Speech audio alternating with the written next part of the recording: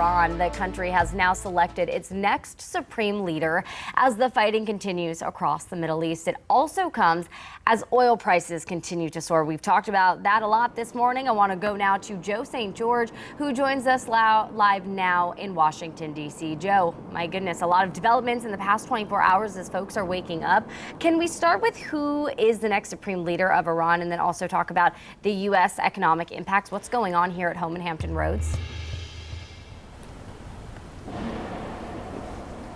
Yeah, Mojtaba Khamenei is the new supreme leader of Iran, if that name sounds familiar.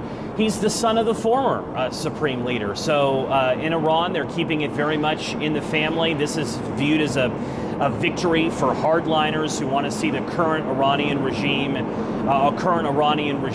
continue. President Trump said last week that if Mojtaba Khamenei would be named the next supreme leader of Iran, which he has, it would be a, quote, unacceptable choice. So President Trump isn't getting his wish thus far when it comes to Iranian leadership. This is very different from Venezuela, right? When Maduro was arrested by U.S. forces, Trump got a current Maduro leader in place who was viewed as acceptable. The exact opposite's playing out in Iran here, and you can view this as something that means that this conflict will continue on for some time. He has a massive target on his back, Mojtaba Khamenei, now, and there's a lot of questions though about what he is and who he is.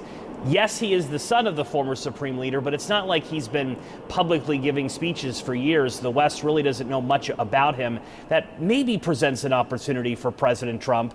But again, this is viewed as a victory for hardliners. All of this happening, Aaron, you mentioned it. The economic story of the morning is the price of oil soaring above $100 a barrel. We're seeing energy spikes to the likes that we haven't seen since Russia initially invaded Ukraine. The big question now is, how high does it go?